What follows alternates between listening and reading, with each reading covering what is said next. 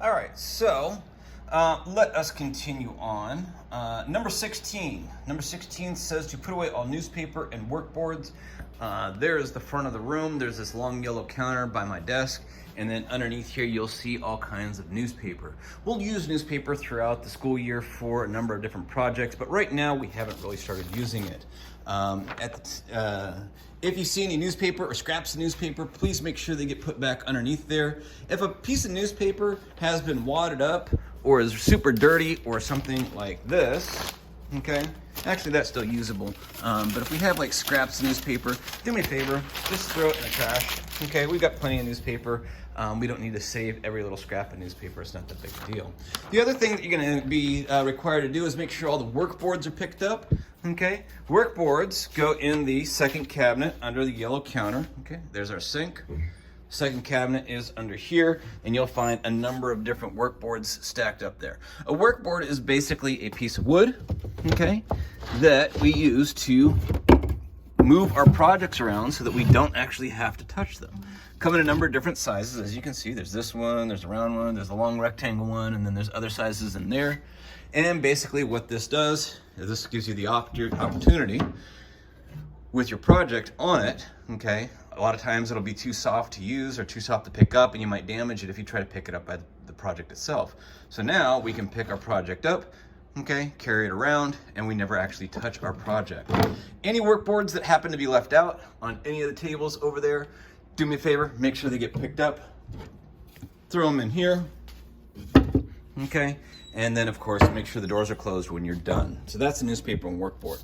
Number 17 is the plastic bags, okay, and what you're going to do is make sure all the plastic bags are put in the red trash can. I call it a red bin because I don't want trash to go in here, okay? So we're talking about this guy here, right? There's the sink. There's the actual trash can. The red one over here has nothing but plastic bags, or at least it shouldn't have anything but plastic bags. Those plastic bags might be found around the tables. Any ones that are not being used, that's what I want you to put in there, and just make sure that they are in as tight as possible, and therefore they're not out on the tables or around the room, okay? Number 18, okay, you're gonna be responsible for making sure all the tools that are left out get put in the proper tool bins in the front of the room. So what may happen is you have somebody sitting here continuing to work, okay, and they've got a bunch of tools out. What I would suggest is ask them, hey, are you done with these tools? What tools can I take away from you so that you can, get cleaned up a little bit quicker? And it's like, oh, just take all my modeling tools. I just need a needle tool because I got to put my name on the project. Of course, I drop it, okay? So then you can go ahead and take away all of these tools that we have here, okay?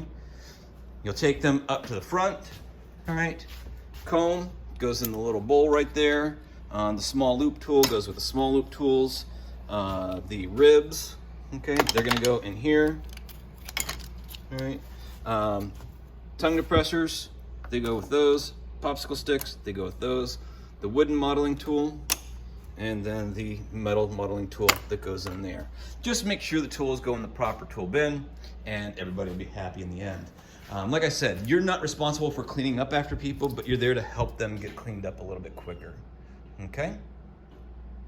Number 19, you're gonna put all the stools in under the tables. Right now, all the stools are on top. So period 5 and 6, if you're the last class of the day, you get to put the stools up on top of the tables, just like so. Just make sure all the stools are up. If you don't have, if you're not in period 5 or 6, what I want you to do is just slide the stools underneath the tables so that they're like that, all right? This will make it easier for us to walk to and from our class, from our tables, from the front door, and get around the tables. Sounds like kind of a tedious thing, but believe it or not, it helps people get to their classes or get to their tables quicker, and therefore we can get started quicker. Number 20 and number 21, they're the same thing. Number 20 is going to be to supervise the cleaning of tables 1, 2, and 3 and make sure all the cleaning jobs are done pertaining to those tables. So if you have number 20, you're responsible for tables 1, 2, and 3. If you have number 21, you're responsible for tables 4, 5, and 6, okay? And that means that you just get to yell at people. What I mean by that is you have to make sure all of the tables have been wiped down with the damp sponge. All the clay is picked up, all the plastic bags, newspaper, work boards, any of that stuff is put away. If it's not, all right, what you'll do is you will come over to the cleaning job chart, depending on which class you're in, figure out, okay, so-and-so, looks like Jada has scrap clay on 1 and 2. Hey, Jada, can you make sure that the scrap clay gets picked up on tables 1 and 2? Sure, no problem, okay? If they have a question or if they have a problem with you giving them orders, have them come talk to me and I'd be happy to explain to them why it's important. So 20 and 21 are supervisor roles, okay? Number 22 is to place all the needle tools in the needle tool holder and make sure there are 22 needle tools in the block, okay? So all of the needle tools go into this block up here in the front. There's one empty hole. That was the one that I was using for my demonstration earlier, okay? And so therefore, all of them are filled. If any of these are not filled, check the baskets up here. A lot of times people will put them there just as they're putting stuff away quickly, but we do not leave until all 22 needle tools are found and put away, okay? Number 23, rolling pins, rulers, and tubes. So underneath here, okay, we have rolling pins. Looks like that, and actually looks like a rolling pin.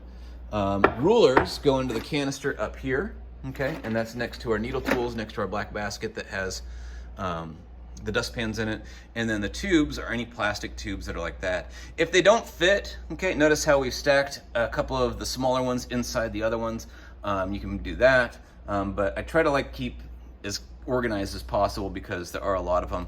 And they can take up a lot of room if they're not stacked nice and neat, okay? Rolling pins, rulers, and tubes. That's any of them that happen to be on any of the tables anywhere in the room. That includes the shelf over on the side there, or maybe over on the counter that's over there.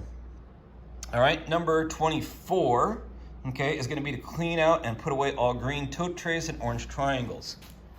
So, over by where we get the clay, underneath, down here, okay, you can see that there are these tote trays.